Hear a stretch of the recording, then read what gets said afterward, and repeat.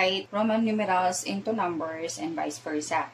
But first, identify natin ano na ba yung mga letters na ginagamit in Roman numerals. So, we have I, this is 1. We have V, this is 5. X is equal to 10. L is 50. C is 100. D is 500. And M is 1,000. And then, yung iba, i-discuss ko na lang sa susunod. So, hati-hatiin natin to. Dito muna tayo mag-concentrate. And then, saka natin ipuntahan yung iba. No? So, I, V, and X muna tayo. And then, apply natin yung mga rules. Ano ba yung mga rules dito? So, Roman numerals. So, we have rules na pwede nating ulitin yung letters 3 times. Pero, hindi lahat. Alin lang yung pwede. Sa case na to, sa I, V, and X, ito lang ang pwede. Ayan. Yung V, hindi. Once mo lang siya pwedeng isulat. Okay. So, ang una natin gawin is change Roman numerals into numbers. So, yung I is 1. So, ibig sabihin ito ay 1. So, kung dalawa yan, this is 1 plus 1 is 2. And then, yung 3 I's is 3, obviously. Yung V is 5, hindi natin pwedeng ulitin, okay? Ng 3 beses. So, ito lang, X is 10. So, kung meron tayong dalawang X, that is 10 plus 10 is 20. And then, pwede natin siyang ulitin hanggang 3 beses. So, 10 plus 10 plus 10 is 30. What about this one? Ito, VI, V is equal to 5, and then yung I is equal to 1. So, i-add natin yan. 5 plus 1 is 6. Tsaka natin bigay yung rules, ha? Pag dito, yung I, it is a smaller number. Diba? Sa I, V, and X, ito yung smaller. Smaller yung I kesa sa V. So, yung I is smaller and it is written before the larger number or the bigger number. Ibig sabihin, magsusubtract tayo. So, this is 5 minus yung I is equal to 1. Therefore, yung IV is equal to 4. Ayan. So, ano yung rules? So, kung mapapansin nyo, dito, V is the larger number or the bigger number. Tapos, yung I is the smaller. Descending order, nag-add tayo. So, ibig sabihin, pag larger number, tapos sinundan ng smaller, mangyayari dyan, mag-a-add tayo. Okay, mag-a-add. Dito, nauna yung smaller number sa larger number, nag-subtract tayo. So, ibig sabihin, yun yung isa pang rule. Pag nauna yung smaller, tapos sumunod yung larger, meaning, mag-subtract tayo. So, it is very important na kabisado ninyo yung IVX and hanggang dun sa M. Para alam niyo kung alin smaller number and yung larger number. Remember, pag larger number, yung nauna, bago yung smaller, mag-a-add tayo. Pag nauna yung smaller number sa larger number, magsusubtract. So, ito, X ang nauna, larger number, kesa sa I, ibig sabihin, mag-a-add tayo. This is 10 plus 1 is 11. Then, ito, nauna yung smaller number kesa sa larger number, meaning, magsusubtract tayo ng 1. So, ito ay 10 minus 1 and that is equal to 9. Ayan. Please, you are free to pause the video para ma-check nyo muna, para makapagsagot kayo, tapos tsaka nyo i-play ulit para malaman ninyo kung tama yung answer ninyo or hindi pa. Okay, number 1, we have X, X, V, larger, larger, and then smaller. Descending order yan. So, ibig sabihin, all you have to do is to add. So, this is 10 plus 10 plus 5, and that is 25. Number 2, this is V, I. So, descending order din yan. So, this is 5 plus 1 plus 1 plus 1 is 8. Then ito, larger, tapos biglang may smaller, tsaka ito. Kung kanina, ang ano natin, sagot natin dun sa IV is 4. So, hindi natin pahirapan sarili natin, no? So, pag IV, 5 minus 1 na yan. So, we have this 10 plus 4 is 14. And then ito, larger, larger, larger. Tapos ito ay smaller bigla. Tapos ito larger. So, ibig sabihin, itong dalawa, isusubtract natin. So, tatlong 10. So, that would give you 3. 30 yun. 30. Tsaka ito, 10 minus 1 is 9. So, this is 39. So, ngayon, numbers naman, i-change natin sa Roman numerals. I-recall lang natin to, no? So, I is 1, B is 5, X is 10. Okay, so 27. So, ito yon, dalawang 10. So, lagyan natin ng dalawang X. Tapos, para makagawa tayo ng 7, we need 5, tsaka dalawang 1.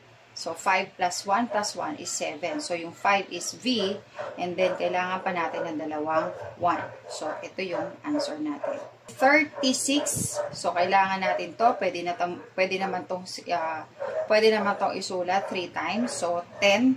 So, tatlong X, X, X, X. And then, 6. So, we need 5 at saka isang I. Yan. And then, 19. 19. So, isang X lang yan. And then, hindi naman natin pwedeng isulat yung I 4 times. So, ibig sabihin, meron tayong isusubtract dyan. So, yun ang lagyan natin. I, X. X, I, X. Yan yung 15. 10. X, and then 5. X, V. For your turn, you may comment your answers on the comment section. Discuss na natin yung I, V, and X. So, as I've said, ito naman i-discuss natin, no? Yung L, C, D, M. Okay. Katulad nung sinabi ko doon, yung mga letters na pwede mong ulitin hanggang 3 times is yung I, yung X, and then isasama na natin yung C at saka yung M. Yung V, L, and D, kung nalilito, basta lahat ng may mga 5, hindi mo siya pwedeng ulitin 3 times. Okay, once mo lang yan pwedeng gamitin. Check na may magtatanong, paano yung 4,000? Paano yung 4,000? Eh, kasi hanggang 3 times lang yung M. If you will recall, yung 4 natin is IV. Okay, tapos gagamit tayo ng vinculum. Yung vinculum is yung line sa taas. So, kung 4,000 yung pag-uusapan natin, since hanggang 3,000 lang yung pwede, yung 4,000 yan, lalagyan natin ng vinculum dito. Ibig sabihin yan, yung vinculum represents 1,000. So, ito yung 4, may vinculum doon. So, this is 4,000. And then, 5,000. In descending order, pag larger number ang nauna, bago yung smaller, mag-a-add ka. Pag nauna yung smaller number, sa larger number, magsusubtract ka. Okay, so, ito, descending order, LV. So, yung L natin is 50. This is 50 plus 5. Therefore, LV is 55. Number 2, L is 50 plus dalawang 10. So, that is 20. Plus dalawang I. So, that is 2. So, 50 plus 20 plus 2 is 72. Number 3, C. C is 100. Dalawa yung 100. So, 2 times 100 is 200. Plus L is 50. Plus 2 I's is 2. So, that would give you 252. Tapos ito, D is 500. Plus dalawang C, that is 200. Walang L, walang V, walang X, I agad. So, plus 3. Ayan. So, 500 plus 200 plus 3 is 703. From numbers 5 to 7, kung mapapansin niyo may mga nauna na smaller number kaysa sa bigger number. So, ibig sabihin, may mga magsusubtract na tayo dito. Okay, so 100 at saka 500, nauna yung 100 sa 500, smaller sa bigger, so magsusubtract 500 minus 100 is 400. Plus IV, IV is 4, since 1 and 5, 5 minus 1 is 4. So 400 plus 4 is 404. Next, number 6, XL, this is 10. And 50, so magsusubtract, 50 minus 10 is 40. Plus, V is 5 plus 2. So, 40 plus 5 plus 2 is 47. Number 7, this is 100 and this is 1,000. So, magsusubtract. 1,000 minus 100 is 900 plus L is 50 plus dalawang X which will give you 20 and then 1 and then 10. So, 10 minus 1 is 9. So, ang sagot, 900 plus 50 plus 20 plus 9 is 979. Okay, so ngayon naman, i-change natin yung numbers into Roman numerals. So, yung numbers 1 to 3 na to, ito yung mga birth year naming mag-iina. Okay, ito yung mga birth year namin ng mga anak ko. Para mas madali na lang mag-isip, no? Ito na lang gagamitin natin. So, i-recall lang natin, I is 1, B is 5, X is 10, L is 50, C is 100, D is 500, and M is 1,000. Okay, so 1,981, 1,000 is M, 900 mo ng isang C at saka ng M kasi 1,000 minus 100. So, kailangan mauna to, yung smaller. So, C muna bago yung M.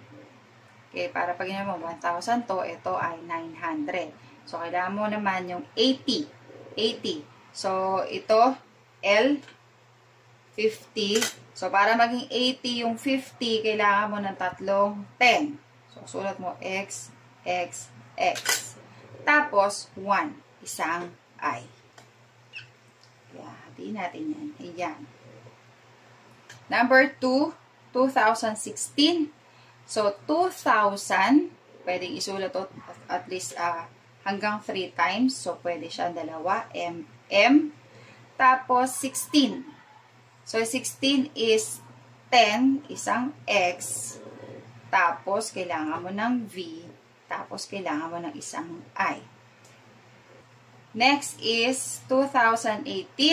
Magkamukha lang din. Nagkaiba lang ng sa last part. So, M, M, X, V, I, I, I. For your turn, comment your answers in the comment section. I hope you learned something. Thank you.